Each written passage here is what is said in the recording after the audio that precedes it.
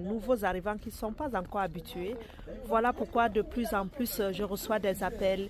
Nina, je déprime, Nina, ça ne marche pas. Vous savez, dans la vie, il faut savoir tout ce qui est bien pour un début sera des combats.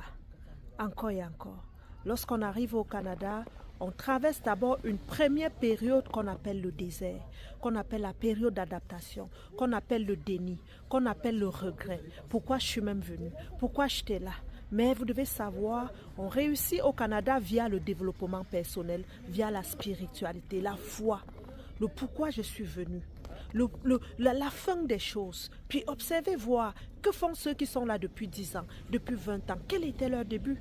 Moi-même, j'ai fleuré mes 10 années, puis je vous assure, je suis restée 5 ans au Canada dans les pleurs, dans les idées noires, dans les idées suicidaires. Mais qu'est-ce qui s'est passé? Fut un moment où j'ai dit, Seigneur, le pourquoi même tu m'as donné l'idée d'immigrer au Canada.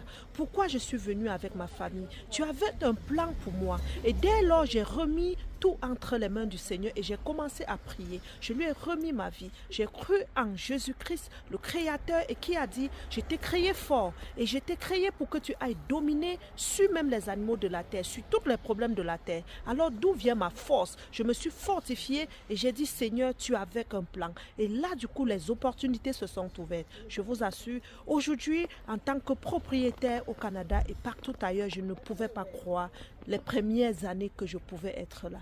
Donc, je vais te dire en ce dimanche, pour te fortifier, de croire. On dit, à quoi ça sert de gagner le ciel, gagner la terre, gagner tout l'or du monde, si je peux perdre mon âme? Et là, le gagner l'or là, c'est l'argent que nous sommes venus chercher.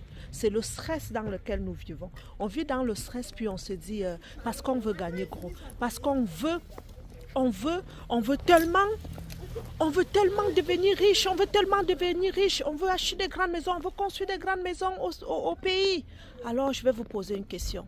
À quoi ça sert de faire 2 jobs, de faire 4 jobs?